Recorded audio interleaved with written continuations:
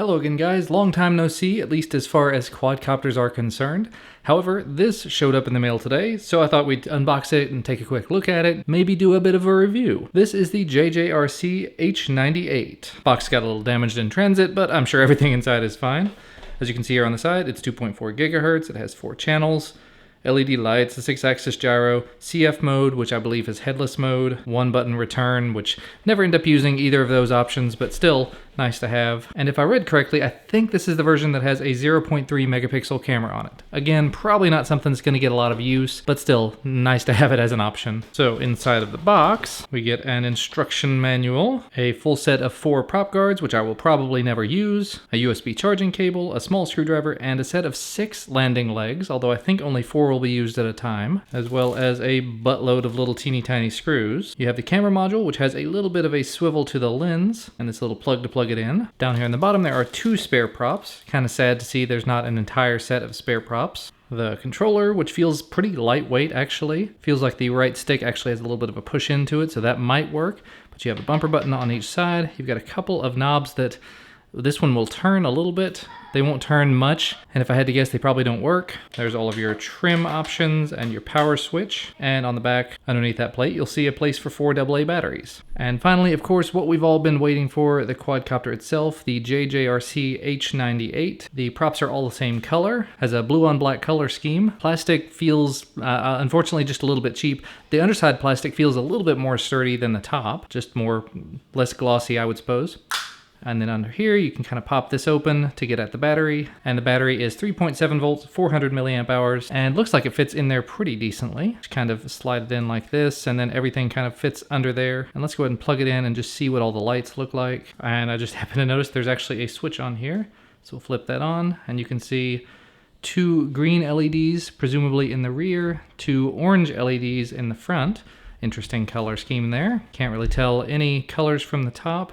Not able to see them through the frame or anything. And you can kind of see when you lay it down there, you can see a little bit of light from the bottom, but it's not a huge amount. So at this point, I'm going to go ahead and put the legs on, put some batteries in the controller. We'll spin it up here and see what it looks like and see what it sounds like. All right, so I've gone ahead and I've added the legs and the little camera to the bottom of this. As you can see here, it does have a micro SD card slot. So before I go out and fly this, I'm going to go ahead and put a micro SD card in it and give it a shot. And of course, I'll have to look through the manual to see where all the buttons are to actually make it record. And of course, to see what all the buttons in general do. But let's go ahead and hook the battery up. We'll turn it on and we'll see what it sounds like. So as you can see, the lights are flashing. They're flashing and it's bound.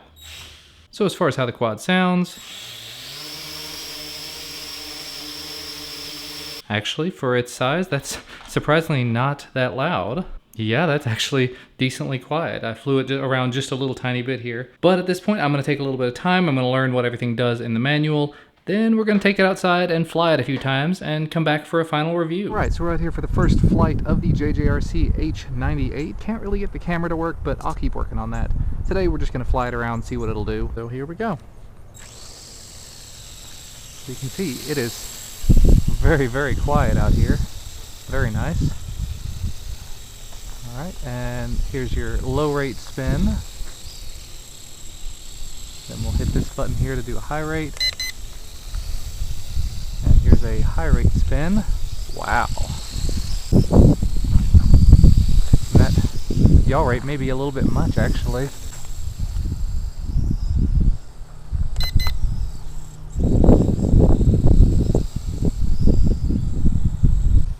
I've got it back in low rates. In this wind, the low rates don't seem to be working very well. It's working, but not very fast.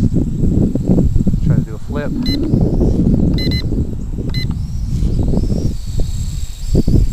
Work. It does give itself a little bit of height before doing the flip. And those legs are going to be problematic, but I think if you're not going to use the camera, those legs might be best to just take off. So let's get a little bit more pitch in that higher rate, but that yaw rate is fast. So this is a bit of a confusing one. I mean, it's got such a fast yaw rate, I can't ever really see using it as a camera drone. And it doesn't have a huge amount of pitch. I mean, it does alright, but it's not like super fast blowing me away or anything. So I'm not really sure what this is targeted toward. It's definitely fun. And I'm sure if I can get the camera working, it might make for some interesting footage. When the wind's not blowing, it might get the job done. Just so much yaw. Basically, if I could have the pitch from rate 2 with the yaw from rate 1, I might be doing a little bit better. I'm not a huge fan of the placement of the rate button, because I have to actually take my finger off the trigger, off the sticks, to make that happen. There's headless mode.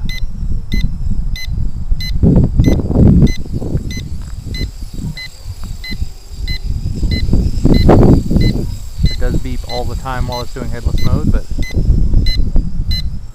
not bad. Not bad at all. Take it down here and we'll do the 1 key return. There you go, 1 key return, just kind of flies it back toward you and then puts it in headless mode apparently.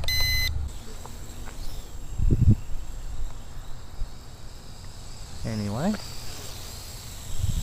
flies nicely. This is the first sort of, it's not a micro and it's not a mini. I've heard it called a crony by Quadcopter 101. That's probably what I would call it too. So this is the first of that size that I've really gotten my hands on. It's not bad. It's fun. It's not super sporty, and it comes with a 0.3 megapixel camera, which again, not really sure what the intention of this is, what it's really meant to be used for. For the price range, it's like $27 or something over on GearBest. Not bad, considering you get props that are basically the same size as what comes on the X5C and a little camera. 27 bucks is not bad at all. And it seems to be decently resilient. So this says 7 minutes, but with the time that I had to take off, I would say probably around 6.5. I figured out what was wrong with the camera. I just had it plugged in backwards, and for some reason it allowed me to do that. It's recording, as you can see, there are the lights on. We'll try to stay on this side of it because that's against where the sun is.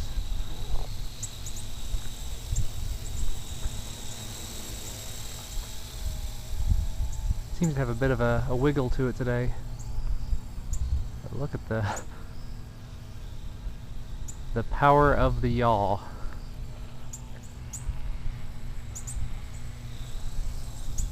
Actually, this is beginner's rate, and it's quite impressive. I'm gonna definitely have to take some time, take the camera off, take the legs off, and see if it does any better. Just as it is, with that yaw rate, not bad. I think I'm still recording. Let's bring it back over here so I can check. Yep, it is still recording, so there's just some smooth flying. Just kind of casually, gradually going up. A little move forward and to the side. I do have to take those legs off though. I think it would be a much better flyer without them.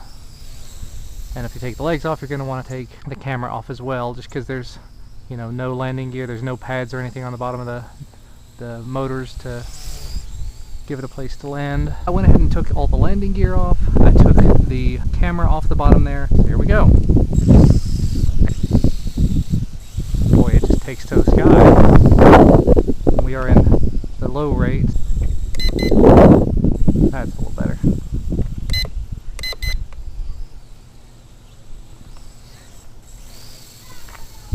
Sorry, it's getting kind of hard to see.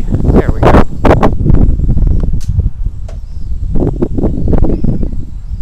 Pretty durable. Just banged it into the side of the house and it's still going strong. It actually has a huge amount of lift. I mean, those big props with relatively lightweight body. Of course, it's also having to fight the wind. You've got a lot of yaw, but not a lot of pitch. So I'm not really sure what this is targeted toward, you know? The yaw rate is a little bit too fast proportionally to the pitch. So we're back in fast rate, so we've got the decent pitch now, and the yaw rate can be controlled, just not terribly easily.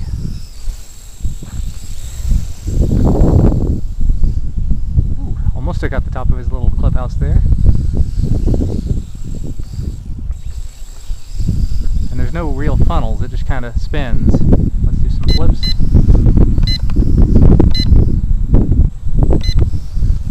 So I haven't really had a good chance to test the distance on this, and unfortunately I don't think I will have. But I mean, it's an impressive flyer, especially that yaw rate. And when you control it, when you mix the yaw and the pitch together, you get a pretty decent little experience. So I like how quiet it is. I like how fast the yaw is, except that it does make it a little bit more difficult to control. That's probably going to wrap it up for me. It does some decent flips. It has a decent amount of power. Find this over on GearBest down in the description if you're interested in it. Definitely not a bad little flyer, and it's got a decent battery life if I remember correctly. So I see my lights are flashing there. Looks like they started flashing at, I don't know, 6:45 or right at 7 minutes. So we're probably running out of steam here. But because we took off the landing gear and the camera, we should get a little bit of extra time out of it. So with absolutely nothing on it, you're looking at about 7.5 minutes of flight time, which is downright impressive, I'll have to say. Oh, it just dropped out of the sky at exactly 7:38. And I probably lost a few seconds there due to being down a couple of times. I'll go ahead and put a link to where you can find this down in the description. I can't honestly say that I would buy one of these on my own, but it's definitely not a bad option. So as always, thank you guys so much for watching. Thanks to GearBest for sending this out for review, and I will see you again next time. Bye guys.